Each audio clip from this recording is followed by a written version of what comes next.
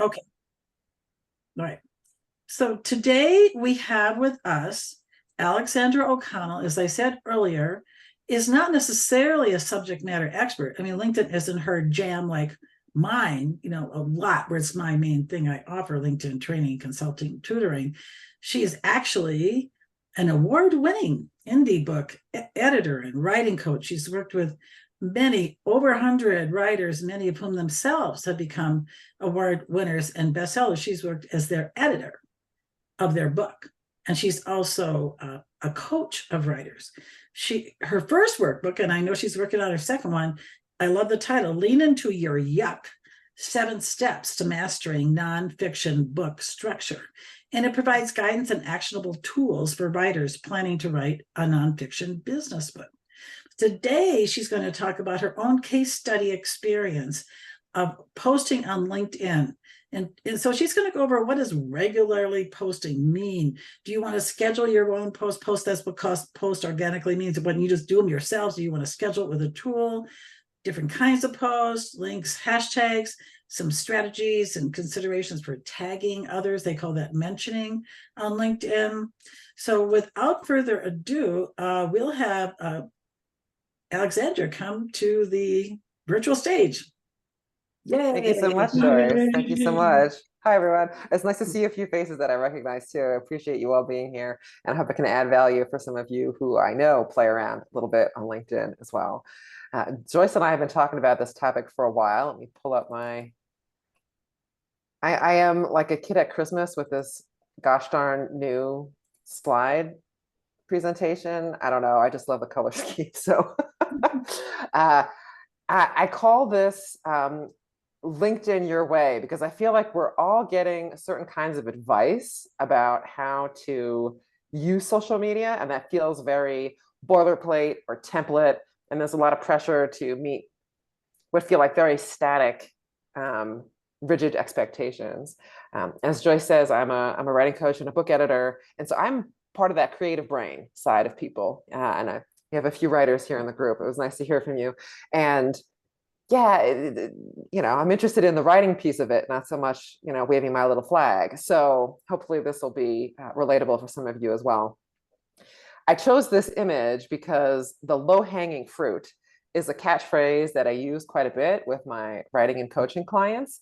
And this is my jokey way of talking about working on the things that are easiest first, because everyone has hangups about the creative process. I mean, we have hangups about a variety of things, including social media. And so I tell everyone to start out with the things that feel easiest to begin with, because the main thing is to really get going. And once you build up momentum, it's easier to keep going. And eventually you'll get to those things that you perceived as more difficult in the beginning, and they may or may not actually still feel difficult by the time that you get there. And I feel the same thing pertains to the way we use social media and LinkedIn in specifically. And I feel like this is the advice that we get all the time, or at least this is what it feels like. Every day, be on there, managing it. And I remember when LinkedIn was a little bit different from other social media platforms in this respect, where we were encouraged to post multiple times a day on places like what was formerly known as Twitter, and Facebook at least daily. But then they said, oh, 3 times a week, LinkedIn. I still think that's a beautiful recommendation, quite frankly. And so now there's a greater expectation to be more visible there. One of you brought up the word consistency, or being consistent, which is really the heart of what I'm going to be talking about. And as an editor, I know a thing or two about this, right? This is another watchword that we have, that you want to be consistent as much as possible and avoid this as much as possible, because of that aforementioned pressure that often we feel about needing to post. You might feel like me. So I went into this, as Joyce says, I'm the layperson, right? I felt this pressure to post every day. I felt like I was failing if I wasn't posting every day. And also I felt like it was a great big time suck in a way, because I'm the kind of person who, when I do something, I like to do it well. I like to do it thoroughly. And then I found that, the more that I tried to engage with social media, these kinds of platforms, the more that was eating up my time, this combination of wanting to meet this standard and then also do it well.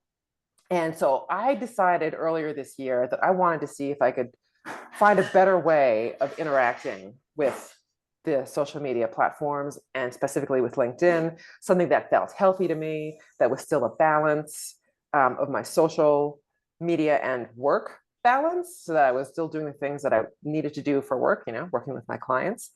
And so my experiment, I shamelessly stole the idea of this from another connection of mine who I saw was doing something about posting regularly. And I thought, okay, the only way this is going to work for me is if I set parameters around it. So I decided that my version of daily was going to be weekdays, because I don't work 7 days a week, and nor should you, unless you absolutely love it. And some of you here might know this about me as well. I'm a big flag waver for not checking your work email on the weekends. So I thought, this is fine. I'll focus on my 5 days a week. I decided that I was going to aim for a month because that felt doable, and also not like I was going to hand over the rest of my life to this experiment. And I thought I would try out different times of day to see if there was anything to this. That's another thing you see about these advice. You see when to post. Of course, that gets really hairy if you're talking about different time zones. So I feel like there's always a bit of hand waving around that one. But I thought, okay, just generally playing around with mornings, midday, and evenings, my time zone, and not driving myself nuts.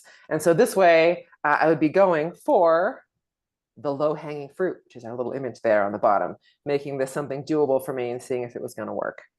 So my 5-year-old cousin's favorite question, he is no longer 5, but it is still one of his favorite questions: why? And I know this is everybody's favorite catchphrase, but I feel like it's worthwhile thinking about what you want to get out of the experience of interacting with LinkedIn or other social media. And I know there's plenty of other people who have talked about this, even in this group here today. And if you haven't thought about it, it's a good time to maybe consider it today. And otherwise, it's a good refresher. I personally, and for the purposes of what I'm talking about today, I'm fine with descriptive whys as well as quantifiable ones. So, I really wanted to see if I could do this as a way that felt doable to me. Does doing something regularly on LinkedIn actually work? Because we keep on hearing about how these benefits are supposed to benefit us in these various ways. I wanted to see what this is actually true.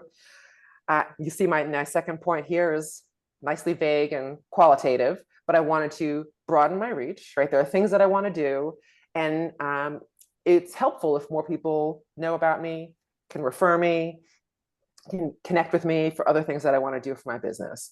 And so these are the things that I was looking for when I was doing this out. I was not doing this experiment scientifically. It was a qualitative sociological kind of thing to begin with, right? I decided I was going to do, so this is when I began, was about February of this year. And I did it for longer than a month. I ended up doing it, basically at the beginning of May was when I fell off the wagon, because a bunch of work-life things happened to me all at once. And then I had a hard time getting back on that horse for a little while. So there were a few months that went by when I posted very little, and certainly not in the same way that I had done for this experiment. And then since then, I have been intermittently consistent, if that's a thing that we can do. And so that's what we're going to talk about, what this looks like, what came out of this for me. I decided that batching my tasks was the way to go, because I feel very much like, squirrel if I try to do too many things at the same time. Also, my writer's brain really likes being able to sink into one process, and especially the writing part of writing posts. So I batched everything. I batched writing posts. I batched planning what hashtags I was going to use. What links I was going to include, what people I wanted to tag. For that, I batched when I was going to schedule them. That was a separate item on my agenda, because that ended up being a nice time suck. But if I had everything else ready to go, then that was more smooth. I did batched things with my images differently. I decided to create them in Canva, really a couple basic templates. Joyce mentioned my workbook earlier, and I had, as part of that process, my designer had put together a few templates for me for the workbook, and I just repurposed a few of them to get going. And then I put all of these things on a spreadsheet. I'm going to show you what part of what this looked like so that I didn't lose my absolute mind trying to process all of this.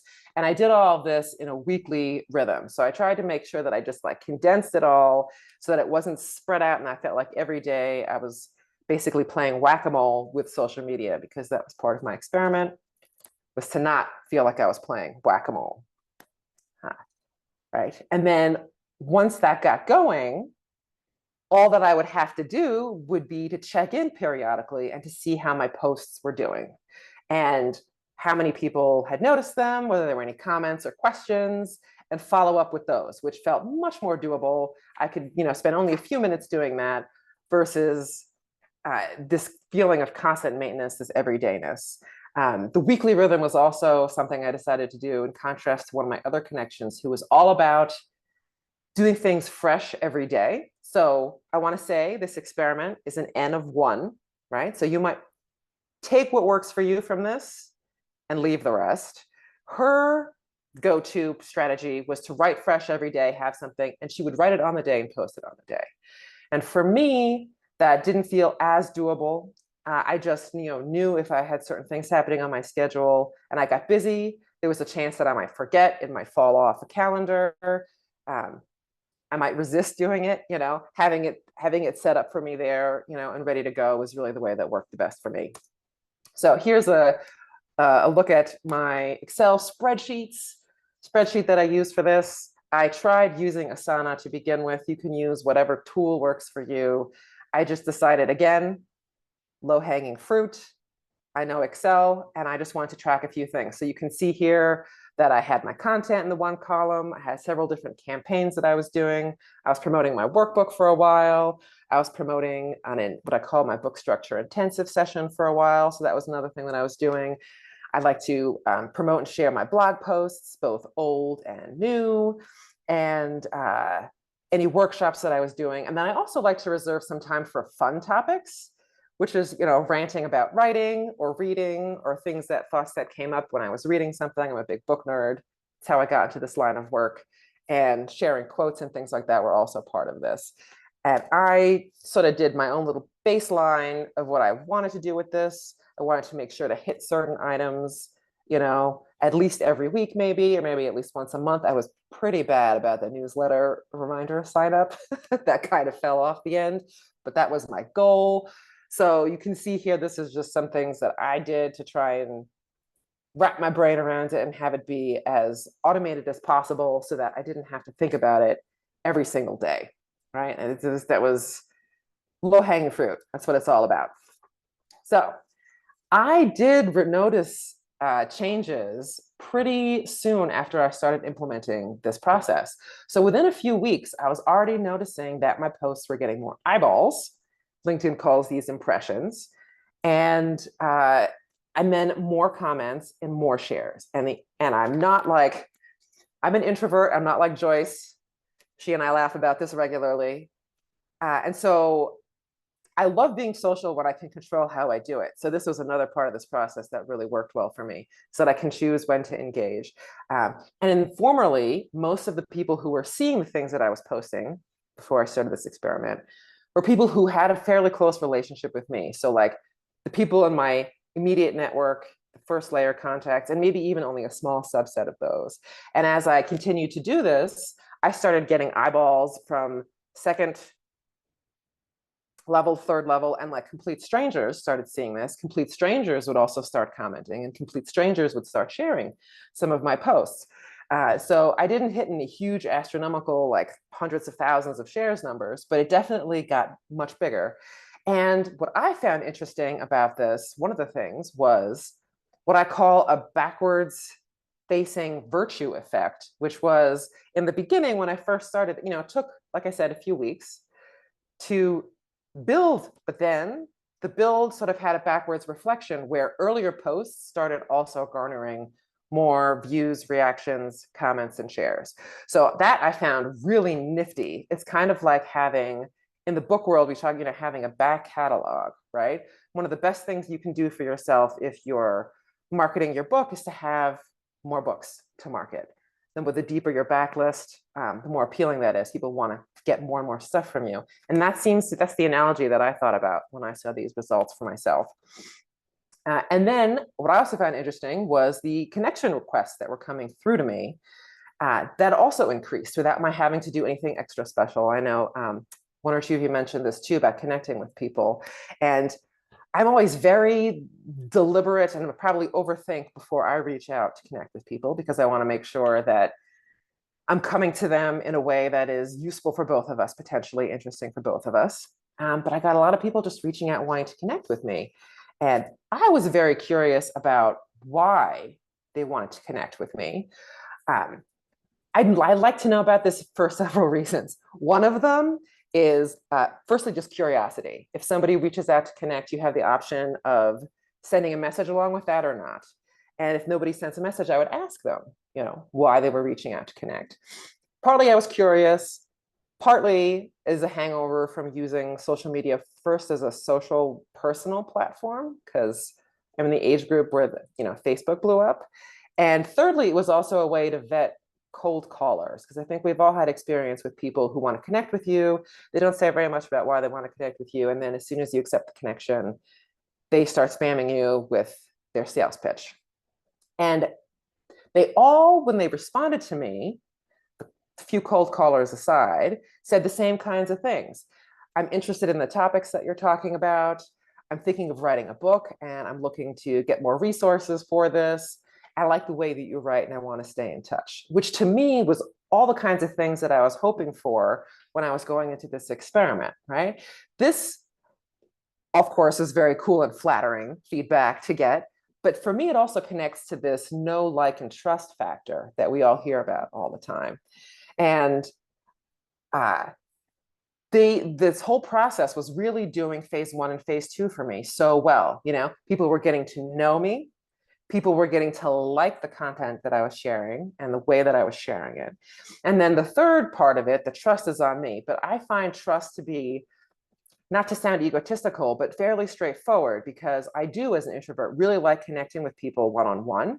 And so once they already know me and feel like they're interested in what I'm talking about, then me having that conversation feels really natural and normal. So without having to wrap my head around some kind of sales funnel or anything like that, this know, like, and trust factor was coming into play with this experiment, which I thought was super cool. So was it worth it? As I said, at a certain point, I fell off the wagon. It was entirely unplanned. And once I fell off, one thing led to another, and it was, took a while for me to come back on. However, what I did find interesting about this phase of the experiment was that I was still getting interesting connection requests from people. And like I said, I was intermittently consistent. Those posts were still doing better than my posts before starting the experiment were doing, even though I wasn't as deliberate for a while there with my 5 times a week posting. And so basically it reset my baseline, even though it's been quieter, right? So for me, that this has held true, right? They're always telling you, if you engage on the platform, you'll get more engagement. I have found this to be true in my personal experience. You might remember that I was talking about what I wanted out of this. I wanted to be able to connect to more people, to spread, become more visible, to open myself to more ideas, opportunities, and people. And that has proven to be true. It has proven to be true in a nice and manageable way for my introvert, overthinking brain, right? So his work is a level that really works well for me. It's had a long tail effect, because this has seemed to continue, even though I now have chunks of time in between where I have not been doing 5 times a day. So for those of you who might be afraid that, the virtuous effect might wear off the instant you let your foot off the gas, this has not been the case in my own personal experience, which I found to be really lovely. And I also recognize that I didn't actually need to post every dang day. So back to that first piece of advice we got at the beginning. What did work was this concept of regularly on a schedule that works for me. So I could make up my own schedule, and it ended up paying dividends for me. So I want to liberate you if, like me, you had this idea at the beginning about these rigid constrictions and ways that you had to engage. It's not actually that rigid. So what this means for you I highly encourage you to run your own experiment and give yourself an end point so that you don't feel like this has to go on indefinitely. I chose a month. It was a nice round number. You can do what you like. You could do 2 weeks. You could do 6 weeks. Set specific targets that you want to meet. Like I said, the why is important. Like, like what specifically are you going to be doing? I want to post 5 times a day, 5 times a week rather, right? For a month, because you want to make this a routine. Decide what you want to get out of it, right? So I wanted to expand the pool of people who knew my name and would be willing to talk about me and recommend my services. That's my number one thing. Definitely, as much as possible, organize and systematize the approach in a way that works best for you. So I like to batch things. I like to use my Excel spreadsheet to keep track of what was going on. You can do whatever works for you. There are all kinds of other tools out there. If also you remember all kinds of things, I joke that I feel like I have goldfish brain sometimes if I have too many things going on. So having a way to keep track of everything was really helpful for me. Tagging people. I have a soapbox about this. So it is lovely to tag people in your posts and to make that post visible to them. I would say be thoughtful, like don't refrain from doing this. There are people in your network who do want to support you, who are interested in what you're doing. And I'm sure that off the bat, you can think of like 2 or 3 right now that would be like your positive raving fans. So definitely tag some people. Be thoughtful about it though, because the other side of this that I've also seen some people do is when they just like basically tag their whole, it looks like they're tagging all of their connections on every single darn post. And that does not feel thoughtful. It just feels like, I want your eyeballs. I don't really care how relevant this is to your particular eyeballs, but I just want your eyeballs and maybe the eyeballs of your connections. So thinking about sharing the love, right? Don't tag the same 5 people every time. Move it around your group, right? And don't blanket tag everybody, but also don't not tag people either. Because sometimes folks are busy and they would be interested in what you have to say. And this is one way for you to let them know. Play around with hashtags. I think it's really interesting to do a search for some of these hashtags and see what else comes up, because you might want to see if you actually want to be in this company, right? I say this, I'm sure Amy knows about this as well. When you're looking at book titles, it is very useful to do a search. So book titles, for those of you who don't know, we can't copyright them. So we can have multiple books with the same title. This is beautiful because no one can sue you, but it is also terrible because somebody with a very different idea about what that title means can use your title. The same thing goes for hashtags. So see what is coming up under that hashtag. Is it a place that you want to be seen? Great. Is it a place where you think that you might stand out? That's great. Is it a place that's interesting for you? And then, as with the tagging, you don't have to blast 50,000 tags hashtags on every post, but a few thoughtful ones have proven to be useful for me in the writing realm. Sometimes I leave them off because I think it's interesting to see how things do in the algorithm, the almighty capital A algorithm, and I think your mileage may vary. If you can, including images or video is great if this is your jam, but people they do stop for pretty pictures. So it is nice to think about this. However, I have seen plenty of success for people in my network, including some of these new connections that I'm making, who don't post images.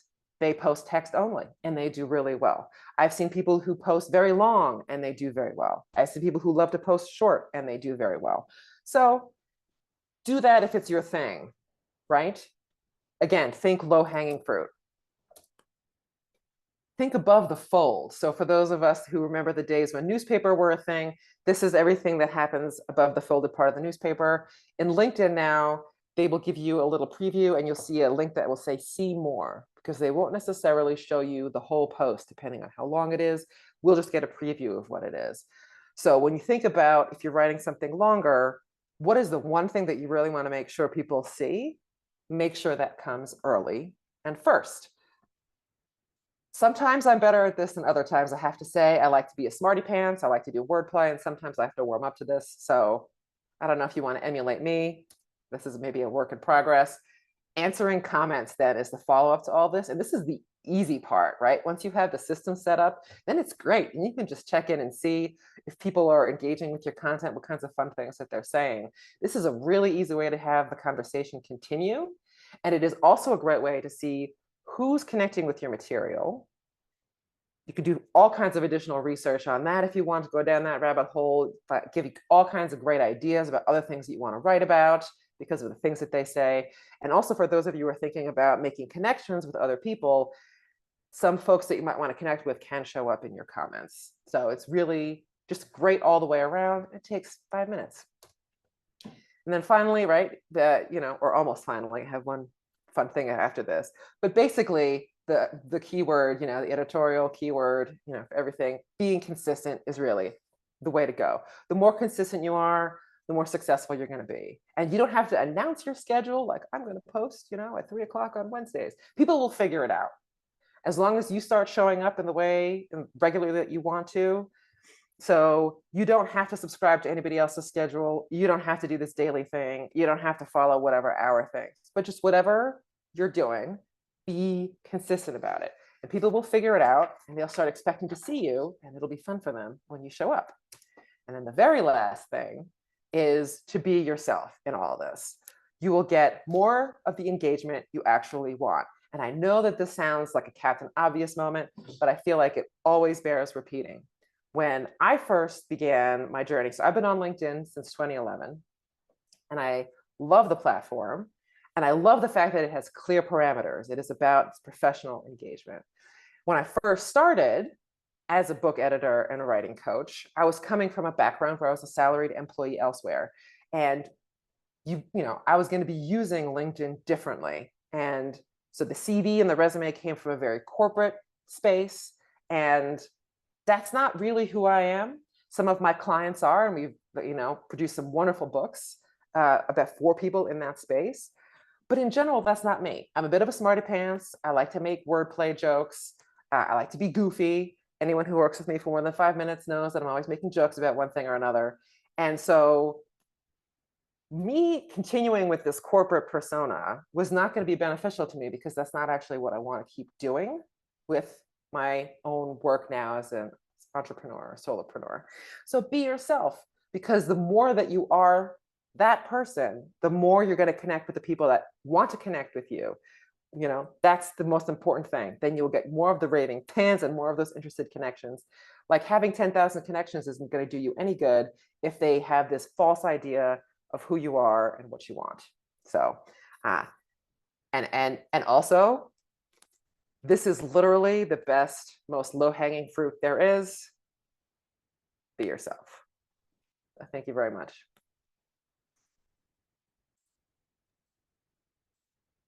Okay, it was awesome. So awesome. I have a couple of quick follow-ups, and then I want to really open this up, of course, to everybody, and we'll keep the recording going. To clarify, Alexandra, when you say engaging on the platform meant I got more engagement. Often when I use the word engagement, I talk about other people's posts and doing that commenting. In that context, perhaps you meant posting on the platform, but I'm not sure. You want to just elaborate if you remember that part?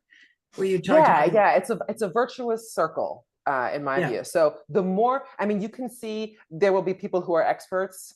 Again, I am the non-expert coming to you with my own personal experience, who will have more data on this, and who will say, and I think that there is some truth to this, right? That certain things, the algorithm weights certain things over others, right? So they'll encourage you to comment, and that's what they mean engagement, and they'll encourage you to like other people's posts. Yes. So that is part of the umbrella of what I mean by engagement. But even on the base level of engaging with the platform by posting regularly, answering any comments, and then, occasionally doing some of those other things, just like on a really minimal level, got me already a lot further. Got it. And I do one informational thing. It hasn't been all that long, right, Alexandra, that you can schedule a post directly on LinkedIn. Just so everybody knows that there's a little clock face in the bottom right of the posting area so that you can schedule it. So people know that. And one other just question I wanted to have real quick is emojis. Mm. I've started to use a little check mark emoji because I like it because I'm the teacher type. Here I'm the friendly, nice teacher, not the mean one. So I have, oh, check, check, check. That way, if they never go into my blog post or whatever it might be, then they get the kind of the essence of it. And my, usually about a 1,200 to 1,300 character posts. And posts can be also a lot longer now than they used to be. I think up to 3,000 characters, which seems to me kind of unwieldy because you had said you see long posts, short posts. So I just want to ask you about emojis. Do you like to use those? I will occasionally use them, yes. I try to remind myself that I don't want so again, to my personal preference, where I'm coming from with this, I like them for personality and I like them for a little bit of attention because I think like images, they do catch people's eye. I have a personal reaction when I see posts that are absolutely only filled with emojis. Kind of makes me feel a little cross-eyed. And my doing that on my end just makes me feel like what I'm doing is basically the same as sending a personal text. And what I'm trying to do is also distinguish this from an ultra personal, ultra casual conversation. Yes, my overall vibe is more casual and friendly. So I use a few of them for that same purpose, right? You were talking about there was a reason that you're using them. And so I think that if you're going to use them, think about why you want to use them and how people might respond to them. And how you do it is you right click on your mouse to get to them. Yeah. Anyway, yeah, more and questions. I would just say you will also find many schools of thought about the use of emojis. So again, choose what works for you and also just test it out if you want, see how you feel about doing it and the kind of responses that you get. Are there other questions, comments? Just kind of shout it out. Anne, you're going to say something? I see your hand up. Yeah, I was wondering, do you use any kind of social media management tools or how do you post to LinkedIn? Yeah, great question. Thank you. I love Hootsuite. That's the one that I'm using right now to schedule everything because I used to be much more active on the network formerly known as Twitter, and Hootsuite covered LinkedIn as well as Twitter. And I like having one place to do it. So yeah, as Joyce mentioned, that you can do it from within LinkedIn natively. I use Hootsuite. I really like the various things that you can do with them. You can add images, you can add alt text to your images, which I definitely am in the habit of doing now. That's for people who are low vision or vision impaired. And you can do all the extra things from within there and set it up. You can have multiple different views of a calendar. So I see when I've already scheduled things, when there are openings, I can move things around inside of there. They have it's a freemium platform, so you can sign up for the free version and see what you like. And if you want, you can scale up. Okay, good. Other questions? Got time for at least a couple more. Yeah, go ahead, Rose. You had your hand up. I was just wondering, you said you did it weekly, and I saw that you did to a couple different platforms. Did you do daily to each platform, or did you kind of split that up? Oh, that's a great question, right? So I definitely, for LinkedIn, I was aiming for once a day, 5 days a week. Sometimes when I got into because I would write all my posts in a batch, I would find myself with extra content, which is a great problem to have. In which case, then I basically have started next week. Every once in a while, I threw in a Saturday, but 5 times a week for LinkedIn. And then with Twitter, I would sometimes double up on a day because that platform is amenable to posting more frequently. So, yeah. A number of hashtags. I think I've seen different points of view, but it seems whereas Instagram and Twitter can be very hashtag heavy, LinkedIn maybe 3, 5, 7 hashtags, something like that. The old school advice was about 3. I think it's gone up a little bit. It's pretty friendly to 5, I'd say right now, that in my personal experience that has worked really well. Okay. Instagram likes much more. So you can go wild and crazy with Insta. Yeah, Jay's got a comment and question. Go ahead, Jay. Yeah. This algorithm of which you speak, can we meet him or her? Yeah, I wish. But what I mean by that is, do they actually publish what those terms are, or we just have to guess what they are by using it? I think B. Yes, and so there are some people out there who are doing the work of researching because they like to tweak the algorithm, right? The people behind it. So things do change over time. That's another thing to keep in mind. So, keep playing, keep experimenting. There are some folks who follow this much more on a granular level. That is their main jam. And so they kind of start that guesswork out, Jay. And so I like to search out articles about people who are talking about what's happening now. So look at the date stamp on the various pieces of advice about what's working now and start from there with my play. It just seems like if somebody could put that together in a list and we could just read what they are, it would make it much easier for us to know what the system expects. Yeah, but I mean that they keep it proprietary for a reason. I think there's educated guesswork from the outside. They don't share all the things in concrete detail the way that we want them to. Precisely. Thanks. Thank you. Another question or comment? Anybody else? Yeah. I'm sorry, Jay. Go ahead, Marsha. Yeah, go. Just want to know, where do you go when you want to just kind of look at what hashtags are trending or how many people are using a certain hashtag? Isn't there a place that you can go and it says 5,000 people or whatever it is? Yeah, I mean, there are websites that will aggregate that kind of thing. I don't know, depending on how the Google gods are smiling upon you or not. Sometimes the internet search is useful, sometimes it's not.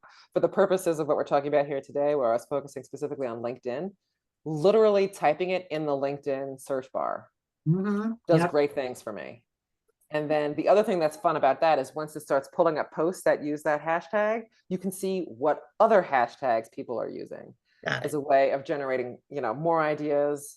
It can be a rabbit hole, but it can also be really useful to see what is connected and how that way. Got it.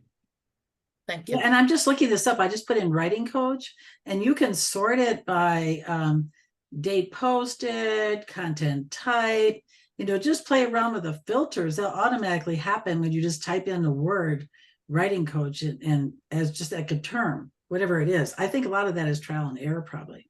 That's just playing around with it and seeing how useful it is or not to you, and making it as granular as you need it to be. So one of the really big hashtags in the writing world is writing community. That gets a lot of posts every day. People do tend to read it. There's just a high amount of volume. So it's also nice if you want to add something additional, if you have like a lower volume one where you can stand out more, but it's not like you're in your own little silo all by yourself with the wind blowing through the trees and nobody else is there with you. You don't own a hashtag. Okay, one more question or thought, because I just stay around. I think Alexandra can stay. I know I can hang out for a little bit longer if people have more questions. And I do want to mention one more time, and I'll put this in the email, that I decided that it was finally time to have Facebook again. And even though I'm like, oh, whatever, but I noticed on some posts I put up on my business page, I got a fair amount of response. So gosh, but I know that Facebook has changed so much in the last, maybe I'll say 2 years. And the whole meta section and the, moving back and forth between the personas. And if you're like me, managing or an administrator on, say, a nonprofit organization's Facebook business page, like, oh my gosh, do I have to deal with that Toastmaster groups page now? I don't want to, so there's all of that. So I'm going to keep it pretty basic and kind of one-on-one type of thing, like I used to teach when I taught Facebook at Colorado Free University. And I thought, people could chime in kind of like today. I'll keep it probably like 20 minutes so we can have a good interaction. And I have one yet for December. I'm thinking Instagram, maybe January, but I don't have. If you have an idea, a topic for January or December or February, you yourself might want to speak. Just also as we're wrapping up, I would call it social media adjacent topics. I've had presentations on podcasts, on video marketing, like we had Beth in September on that. So all kinds of, like Marie's talked about images, so many different things. Lori's talked about email marketing. So we can have all different sort of, like I call it, sister topics, adjacent topics. But thank you again. Let's give a big round of applause one more time to Alexandra. Wow, this was so good. It was really everything I'd hoped for and more. But yay. Thank you so much. It was a great time being here.